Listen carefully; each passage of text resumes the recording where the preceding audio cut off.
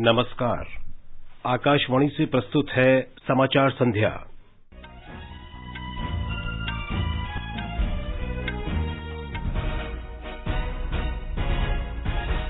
प्रधानमंत्री नरेंद्र मोदी ने कहा, बुनियादी ढांचे के विकास को राजनीति से ऊपर रखा जाना चाहिए।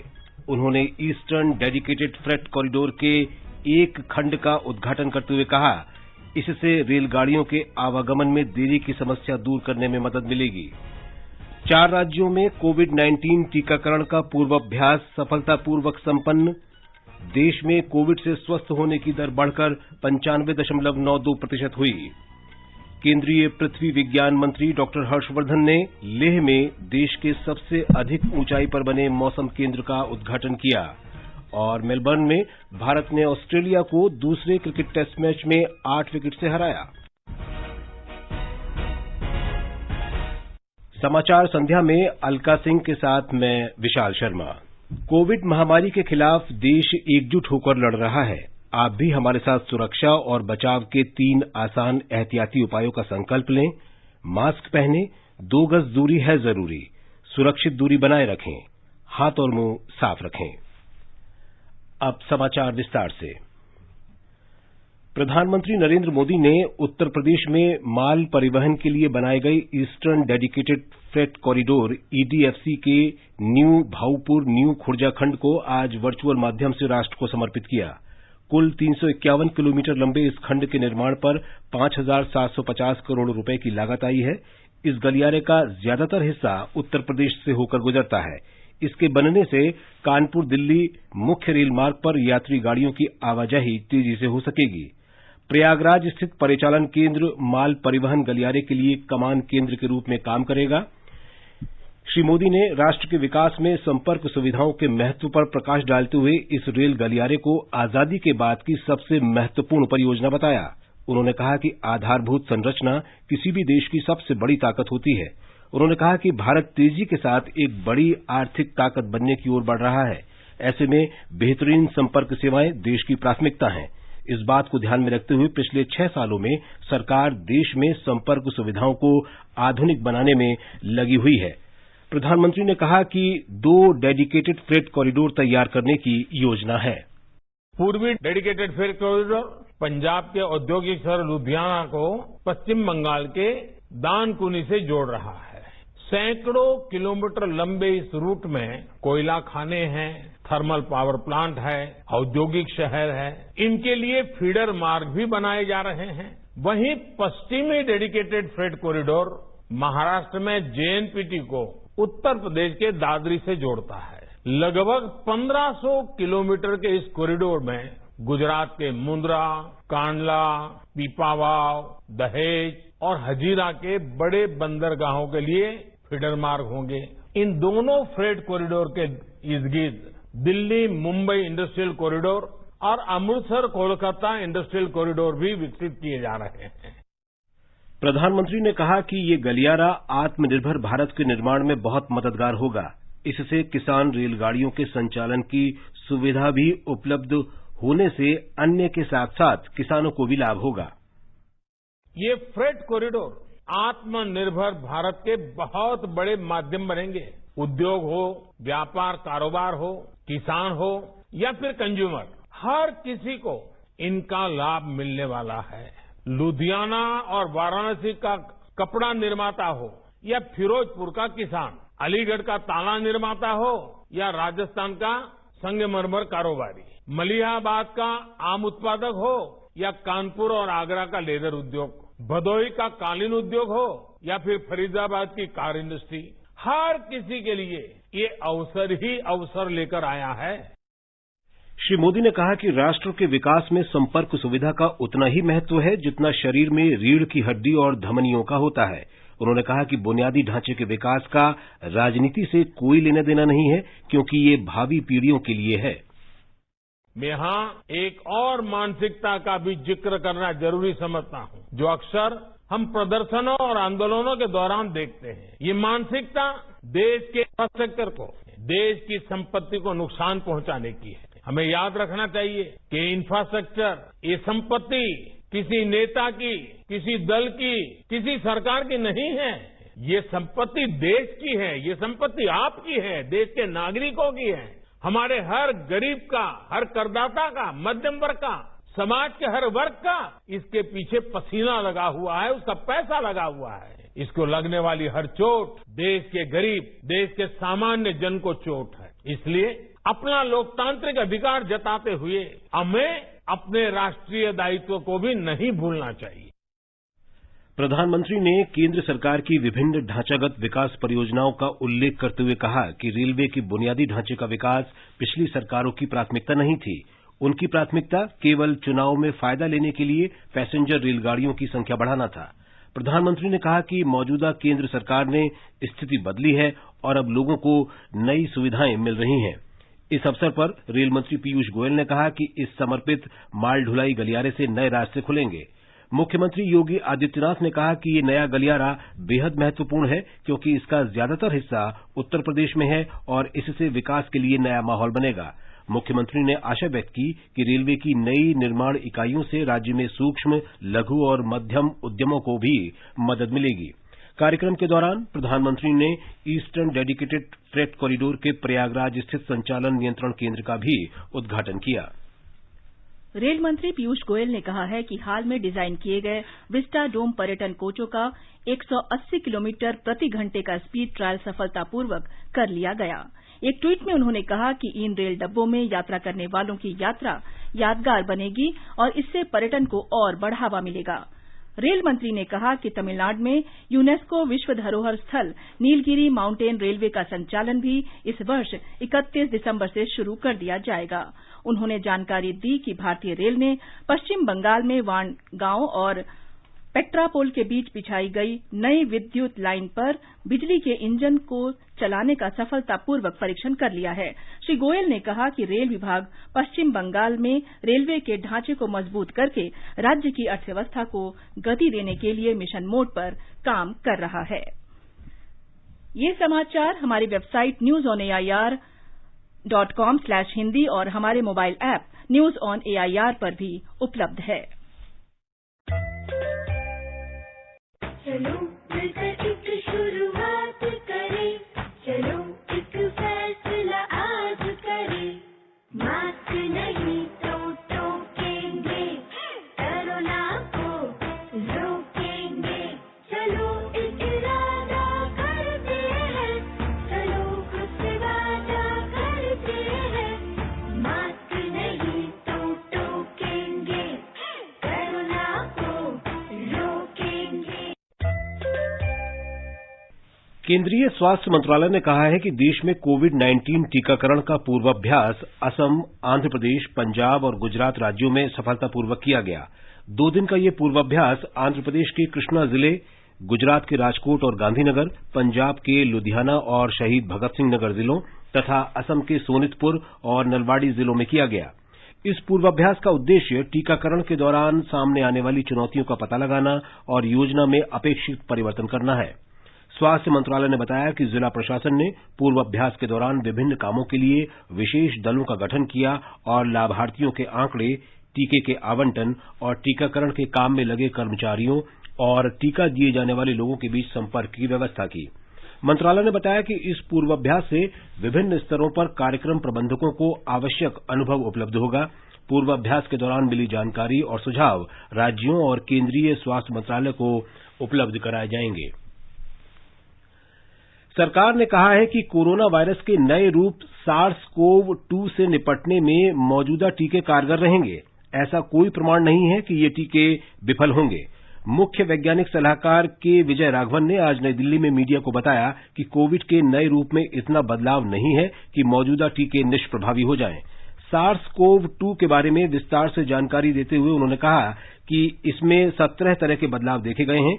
ब्रिटेन में पाया गया कोरोना ज्यादा संक्रामक है। उन्होंने कहा कि SARS-CoV-2 के जीनोम अनुक्रमण का पता लगाने के लिए देश में चिन्हित प्रयोगशालाओं में तेजी से जांच का काम चल रहा है। स्वास्थ्य और परिवार कल्याण मंत्रालय ने कहा है कि देश में कोरोना वायरस संक्रमण के मामले लगातार कम हो रहे हैं। संक्रमण की दर पिछले एक हफ्ते से 2.25% पर स्थिर है। आज नई दिल्ली में मीडिया से बात करते हुए स्वास्थ्य सचिव राजेश भूषण ने कहा कि भारत के SARS-CoV-2 जेनोमिक्स कंसोर्टियम प्रयोगशालाओं में ब्रिटेन में पाए गए वायरस के नए स्ट्रेन की जांच पर काम शुरू हो गया है। उन्होंने बताया कि ब्रिटेन में संक्रमण के नए प्रकार की जानकारी मिलने से पहले ही भारत ने देश की विभिन्न प्रयोगशालाओं में लगभग 5000 जेनोम सीक्वेंस का परीक्षण प्रारंभ कर दिया था। उन्होंने बताया कि देश में इस काम में लगातार चरणबद्ध ढंग से तेजी लाई जा रही है। भारतीय आयुर्विज्ञान अनुसंधान परिषद के महानिदेशक डॉक्टर बलराम भार्गव ने बताया कि वायरस पर बहुत अधिक प्रतिरोधक दबाव न डालना ही महत्वपूर्ण है। उन्होंने उपचार का सावधानी पूर्वक प्रयोग करने की सलाह देते हुए कहा कि उन पथ्यों को प्रयोग नहीं करना चाहिए जिनके लाभ अब तक स्थापित नहीं हो पाए हैं। नीति आयोग के सदस्य स्वास्थ्य डॉक्टर वीके पॉल ने कहा कि सर्दी के मौजूदा मौसम में अधिकांश जनता को कोविड-19 संक्रमण का खतरा है। उन्होंने बताया कि ब्रिटेन में पाया गया वायरस का प्रकार भारत सहित कई देशों में पहुंच चुका है। इस कारण हम सभी को सावधान रहने की आवश्यकता है। देश में पिछले 24 घंटों के दौरान कोविड-19 के 16,432 नए मामलों की पुष्टि हुई। इसके साथ ही अब तक 1,02,24,303 लोग संक्रमित हुए हैं। स्वास्थ्य मंत्रालय ने बताया है कि पिछले एक दिन में 252 रोगियों की इस वायरस से मौत हुई है। अब तक 1,48,153 लोगों की इस महामारी से मृत्यु हो चुकी है। इस समय कुल 2,68,581 सक्रिय मामले हैं। कल एक दिन में 24,900 रोगियों के स्वस्थ होने के साथ ही अब तक 98,07,569 रोगी स्वस्थ हुए हैं। स्वस्थ होने की दर 95.92% हो गई है। मध्य प्रदेश में कल कोरोना के संक्रमित मामलों की संख्या 1000 से नीचे दर्ज की गई। राज्य में संक्रमित रोगियों की दर कम और स्वस्थ होने की दर अधिक है। मिजोरम में कोविड संक्रमण के कुल 114 मामले रह गए हैं। मरीजों के स्वस्थ होने की दर बढ़कर आज 97.22% हो गई। राज्य में 4068 रोगी स्वस्थ हो चुके हैं। केंद्र शासित प्रदेश पुदुचेरी में पिछले 24 घंटों के दौरान 42 लोगों में कोरोना वायरस संक्रमण की पुष्टि हुई। इसके साथ ही यहां कुल संक्रमित लोगों की संख्या 363 हो गई है। त्रिपुरा में कोविड-19 से स्वस्थ होने वालों की संख्या बढ़ रही है। सक्रिय मामले कम होकर 138 रह गए हैं। राज्य में अब तक 33,244 मामलों में से 32,698 रोगी ठीक हुए हैं। राज्य के स्वास्थ्य बुलेटिन के अनुसार स्वस्थ होने की दर बढ़कर 98.34% हो गई है।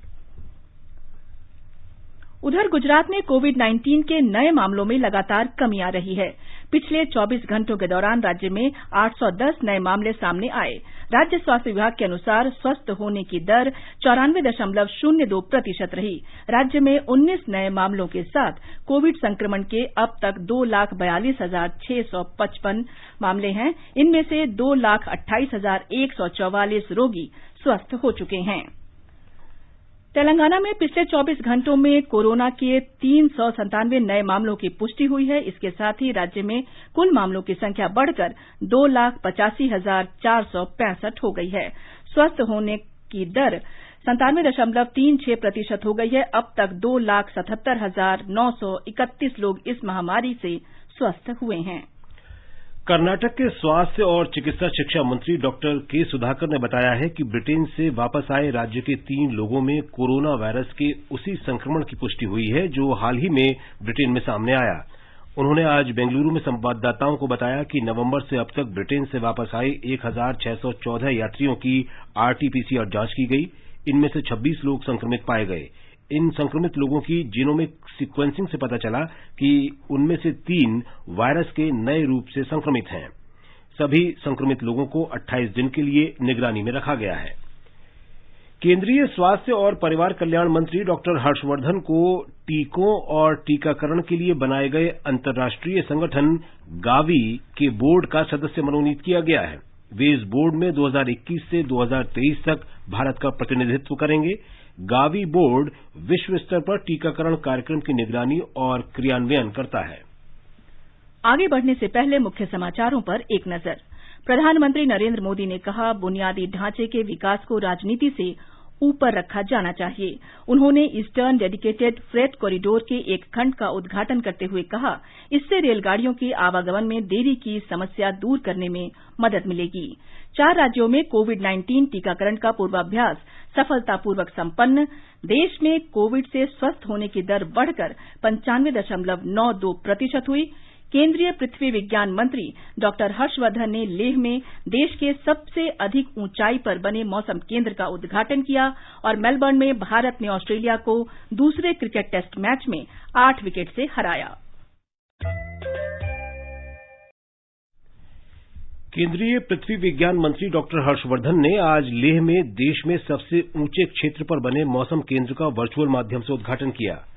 समुद्र तल से इसकी ऊंचाई 3,500 मीटर है। लद्दाख के उपराज्यपाल आर.के. माथुर ने डॉक्टर हर्षवर्धन से अनुरोध किया कि इस केंद्र के जरिए विशेष रूप से लद्दाख के मौसम के बारे में डेटा और सूचनाएं उपलब्ध कराई जाएं और इन्हें केंद्र के बाहर लगे डिस्प्ले बोर्ड में दिखाया जाए ताकि स्थानीय लोगों और पर्यटकों को लेह के मौसम के बारे में जानकारी मिल सके।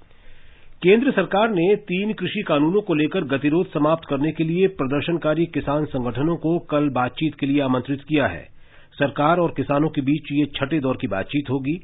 केंद्र ने 40 किसान संगठनों को बातचीत के लिए आमंत्रित किया है। बैठक में कृषि कानूनों के अलावा न्यूनतम समर्थन मूल्य, वायु गुणवत्ता और बिजली से जुड़े कानूनों पर भी चर्चा होगी। सामाजिक न्याय और अधिकारिता मंत्री थावरचंद गहलोत ने कहा है कि केंद्र सरकार अनुसूचित जाति के छात्रों के कल्याण के लिए प्रतिबद्ध है। सरकार ने इस समुदाय के उच्च शिक्षा प्राप्त करने वाले छात्रों की छात्रवृत्ति में ऐतिहासिक बदलाव किया है। आज नई दिल्ली में संवाददाताओं से बातचीत में श्री गहलोत ने कहा कि 10वीं कक्षा के बाद शिक्षा प्राप्त करने वाले अनुसूचित जाति के 4 करोड़ से अधिक छात्रों के लिए अगले 5 वर्षों के वास्ते 59,048 करोड़ रुपए की छात्रवृत्ति की मंजूरी दी है। श्री गहलोत ने कहा कि केंद्र सरकार छात्रवृत्ति का 60% स्वयं वहन करेगी। केंद्र राज्यों को ज्यादा दे और क्योंकि शिक्षा राज्य का अधिकार है इसलिए उनको भी शुरू से जो शेयर पैटर्न चल रहा है उसको 60-40 कर दिया जाए। 60% केंद्र सरकार देगी और 40% राज्य सरकार वहन करेगी और इसका परिणाम ये होगा कि हम जो 60% अमाउंट देंगे वो जो वर्तमान अमाउंट दे रहे हैं 1100-1200 करोड़ उसका 5 गुना होगा। अभी हम एक साल में 1100-1200 करोड़ रुपए देते थे, अब एक साल में 5500 से लेकर 6000 करोड़ तक की राशि केंद्र राज्यों को देगी। ओडिशा के सरकारी स्कूलों में पढ़ रहे विद्यार्थियों को राज्य के चिकित्सा और प्रौद्योगिकी कॉलेजों में प्रवेश में आरक्षण का लाभ मिलेगा। राज्य मंत्रिमंडल की बैठक में यह भी निर्णय लिया गया कि ओडिशा उच्च न्यायालय के सेवानिवृत्त न्यायाधीश की अध्यक्षता में एक समिति गठित की जाएगी जो इस नीति को लागू करने की रूपरेखा तैयार करेगी। मध्य प्रदेश सरकार ने धर्म स्वतंत्रता यानी धार्मिक स्वतंत्रता अध्यादेश 2020 को स्वीकृति दे दी है। राज्य के गृह मंत्री नरोत्तम मिश्रा ने बताया कि अध्यादेश को राज्यपाल के पास स्वीकृति के लिए भेजा गया है। इस विधानसभा के आगामी सत्र में पेश किया जाएगा। अध्यादेश के प्रावधानों के तहत किसी महिला का जबरन धर्म परिवर्तन करने पर 10 साल तक की सजा और न्यूनतम 50,000 रुपए का जुर्माना हो सकता है। नाबालिगों, समूहों या अनुसूचित जातियों और अनुसूचित जनजातियों के लोगों के धर्म परिवर्तन के मामलों में भी विशेष प्रावधान किए गए हैं। धर्म परिवर्तन के ऐसे पीड़ितों के माता पिता सहित रक्त संबंध रखने वाले संबंधी शिकायत दर्ज कर सकते हैं और किसी भी व्यक्ति से केवल उसे धर्मांतरित करने के उद्देश्य से किए गए विवाह को अमान्य माना जाएगा। एक रिपोर्ट।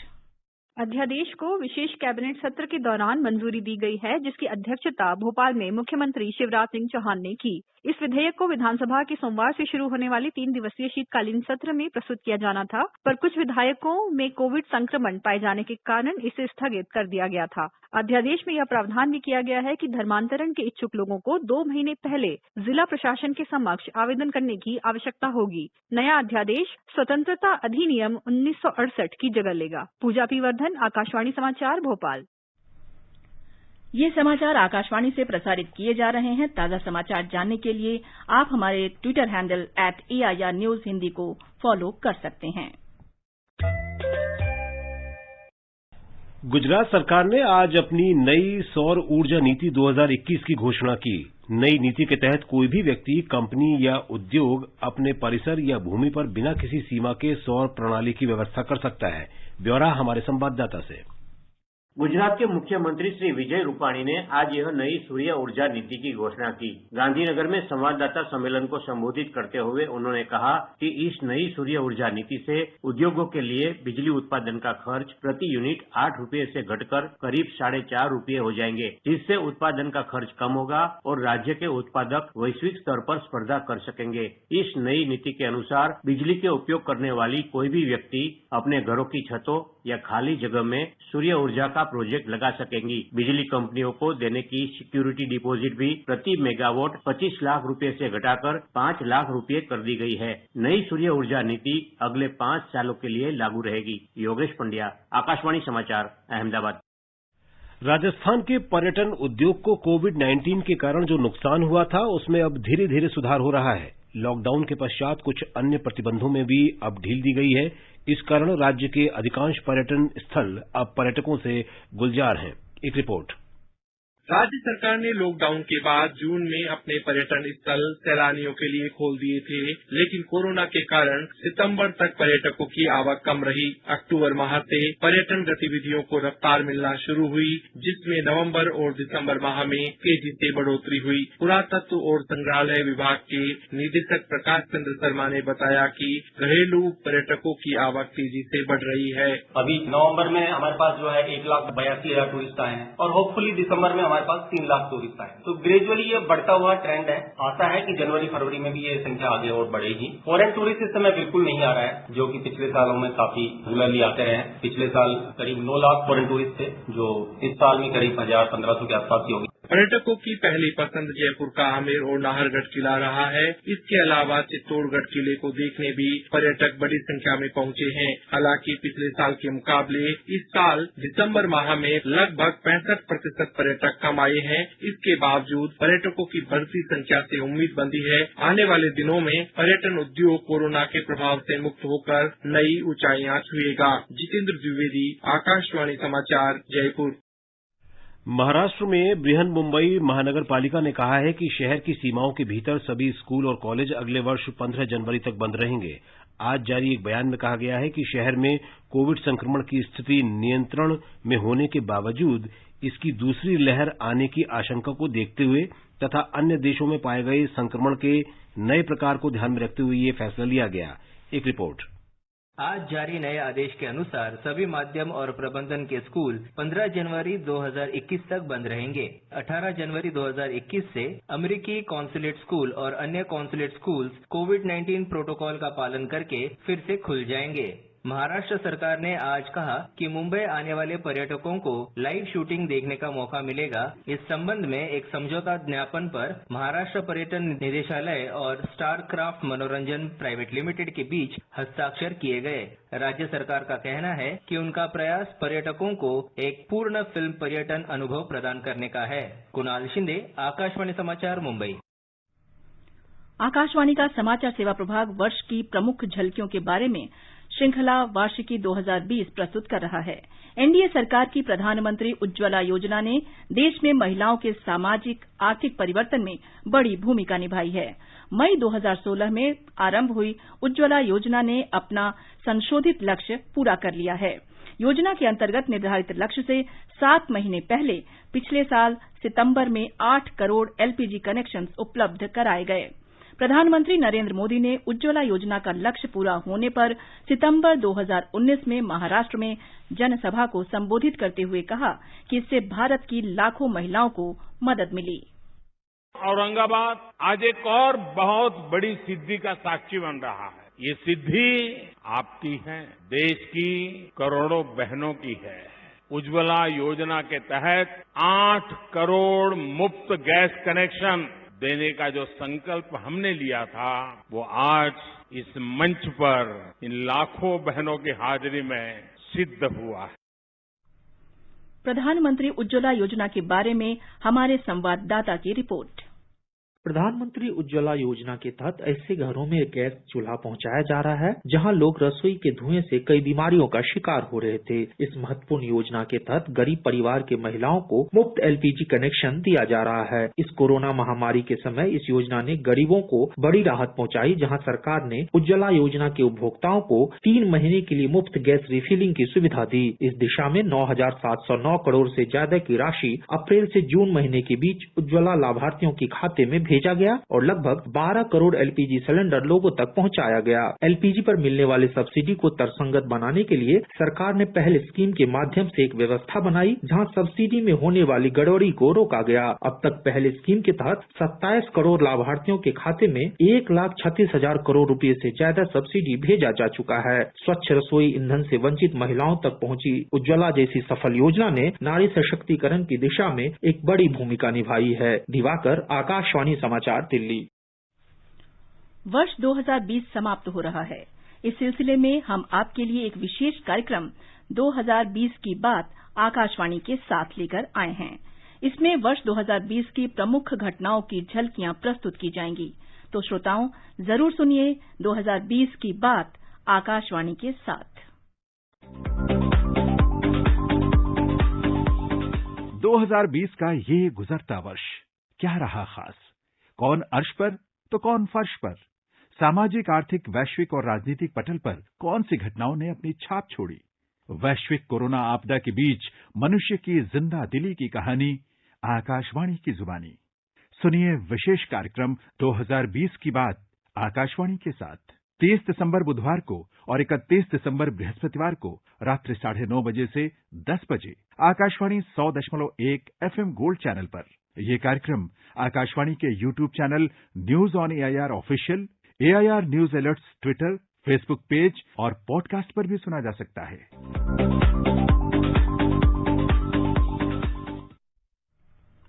और अब एक नजर कल के मौसम पूर्वानुमान पर। दिल्ली में शीतलहर चलने की आशंका है। तापमान 5 और 16 डिग्री सेल्सियस के बीच रह सकता है। मुंबई में आसमान साफ रहेगा। तापमान 16 से 31 डिग्री सेल्सियस के बीच रहने का अनुमान है। चेन्नई में मुख्य रूप से बादल छाए रह सकते हैं। तापमान 23 और 29 डिग्री सेल्सियस के बीच रहने के आसार हैं। कोलकाता में तापमान 11 से 24 डिग्री सेल्सियस के आसपास रहने की संभावना है। श्रीनगर में बादल छाए रह सकते हैं। न्यूनतम तापमान 0 से 4 डिग्री कम और अधिकतम तापमान 10 डिग्री सेल्सियस तक रहेगा। जम्मू और लेह में आसमान साफ रहेगा।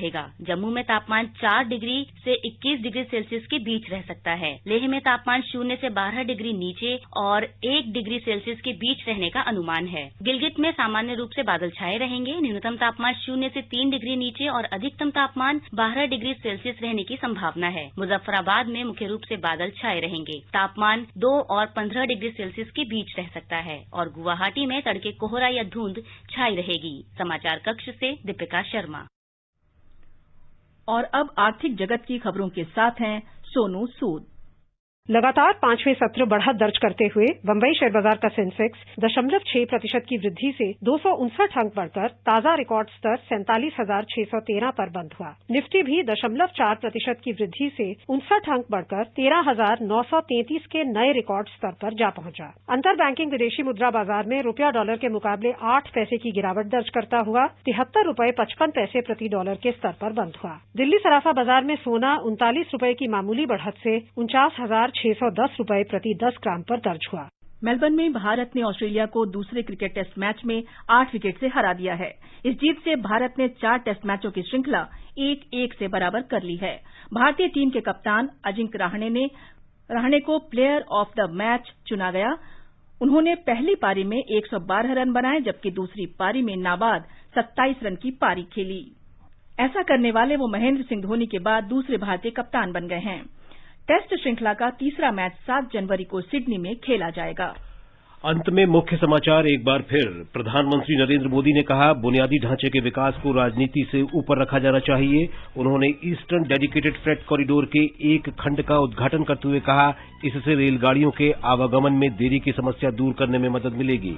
4 राज्यों में कोविड-19 टीकाकरण का पूर्वाभ्यास सफलतापूर्वक संपन्न।